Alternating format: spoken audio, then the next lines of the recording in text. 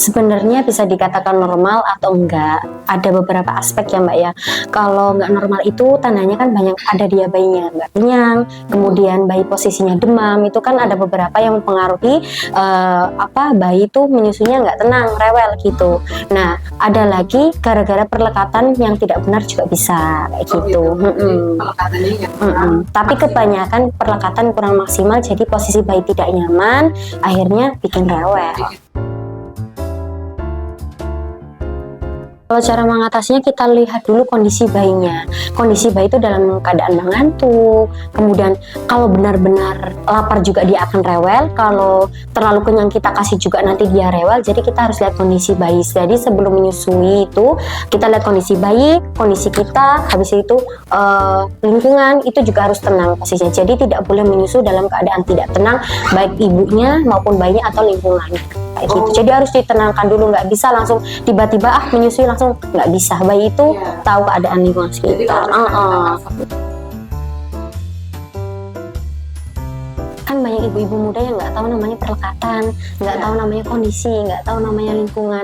Nah itu kan kita tiba-tiba ini rewel, ayo kita susukan aja. Oh ini kayaknya kenyang deh, ini kayaknya.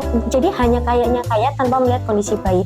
Jadi ketika posisi tersedak, misalkan sebelum menghindari tersedak dulu, posisikan bayi itu ketika menyusu lebih tinggi, kemudian setelah menyusu itu di sini ditempelkan, kemudian dipupuk, atau enggak ketika pas posisi tersedak dia dimerengkan, atau enggak langsung ditengkurapkan ya. Jadi jangan pas posisi tersedak kemudian kita datarkan bayi, itu jangan. Harus langsung dimerengkan, langsung kita pupuk, kalau bisa langsung kita ambil, langsung kita konsumsi. Di bahu tuh. Jadi kan kalau misalkan kita awalan posisi menyusui itu kan per bayi harus menempel dengan perut ibu nih. Nah habis itu dagu itu harus menempel di deket areolanya ibu. Jadi posisi mulutnya itu harus tidak diputing, jadi harus cakup di areolanya itu. Jadi posisinya lebih tinggi, perut menempel. Habis itu perah dulu sebentar. Iya, kita posisikan untuk menyusu, kita perah sedikit. Karena kalau lebih dari 1 jam di bawah 5 bulan kita setelah menyusu itu pasti posisi itu ASI itu deras-deras ya. Jadi kita harus perah terlebih dahulu sedikit, paling enggak 10 menit, enggak sampai 5 menit. Habis itu kita kasihkan, itu menghindari tersedak gitu. Nah ini ada beberapa ya Mbak ya, soalnya kan kita 1 bulan itu beda, nanti 5 bulan itu beda, ada 8 bulan sampai 1 tahun itu beda. Sebenarnya posisi yang paling nyaman untuk ibu menyusui dan untuk bayinya sendiri dalam keadaan tenang, tidak diganggu, tidak dalam keadaan lapar, tidak dalam keadaan kenyang, dan posisinya itu senyaman ibu dan bayi. Jadi bisa posisinya tiduran bisa, tapi tetap pada konsep perut ibu menempel di perut bayi, kemudian areola juga langsung masuk ke dalam mulut semua. Itu bisa duduk maupun tiduran. Sebenarnya kembali kalau misalkan takut, namanya orang itu sendiri Mbak, nggak semua orang tahu tekniknya, tapi paling aman memang posisinya pada saat duduk.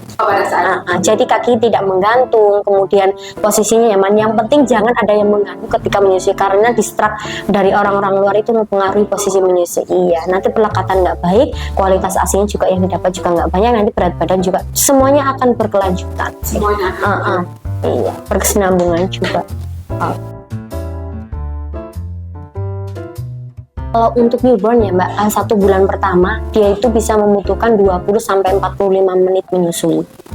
Sampai 45. Tapi kalau sudah di atas 3 bulan itu 1 sesi menyusui 10-15 menit, 25 menit payudara kanan dan kiri kayak gitu. Nanti kalau misalnya udah lebih dari 3 bulan kok ini kok sampai 1 jam, itu bukan lagi menyusu, itu namanya mentil kalau kata orang Jawa. Iya mentil itu memang ini maunya nyusu terus, dia itu nggak butuh ASI sebenarnya, itu hanya butuh ibu. Hanya butuh ibu, apalagi kalau udah 1 tahun itu hanya permainan aja.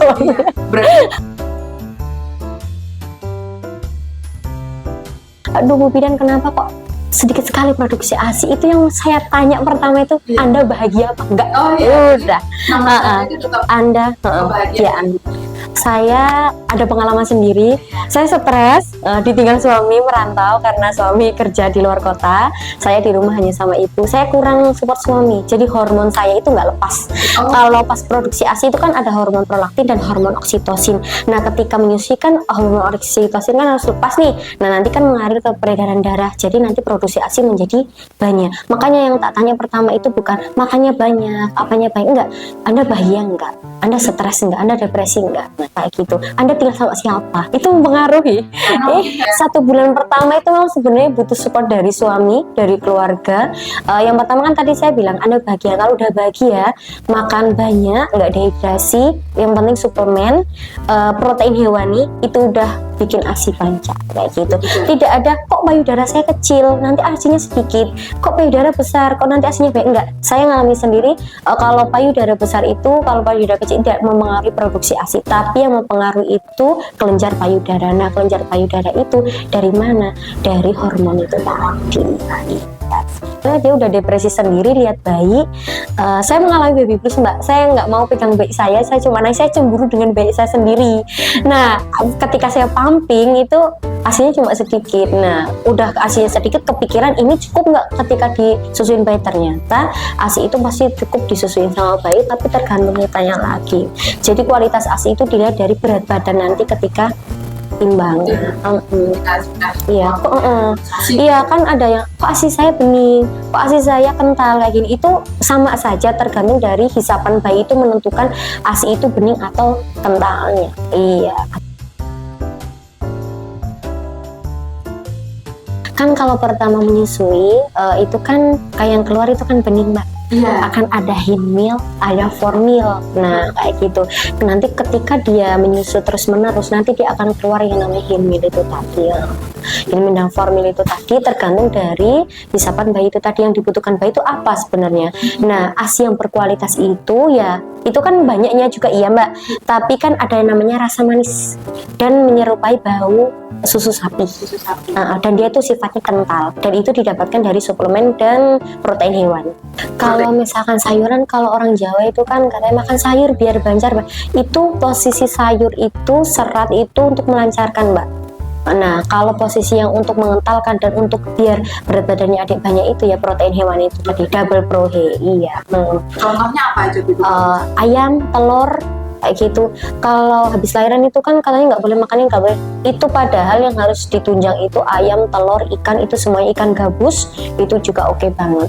Dan itu untuk memperlancar itu semua harusnya butuhnya sayuran hijau, gitu. Kan nggak semua ibu-ibu suka sayuran hijau nih. Iya. Jadi kan ada beberapa suplemen yang isinya sayuran hijau. Iya, untuk memperlancar itu kan.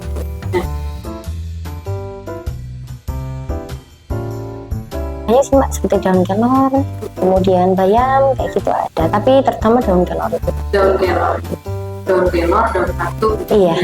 Yang biasa. Iya, karena daun katuk susah didapat sekarang. Nah, itu biasanya di suplemen kan ada daun kelor dan daun katuk gitu. Iya.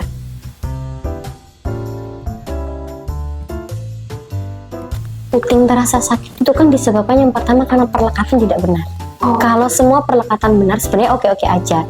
Dan kedua itu karena produksi ASI melimpah. Kan kalau 2 bulan pertama itu kan antara hormon prolaktin dan bayi itu kan belum sinkron, Mbak. Jadi dia menyusunya seberapa, yang dikasih sama ASI itu seberapa.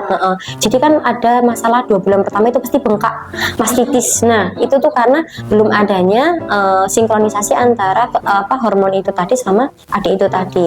Nah, puting sakit itu tadi disebabkan karena perlekatan yang tidak benar, karena tidak ada kelas menyusui, karena ibu tidak persiapan, yang dipersiapkan hanya perlengkapan bayi, bukan menyusui. Saya sendiri iya, jadi saya belajar menyusui lagi.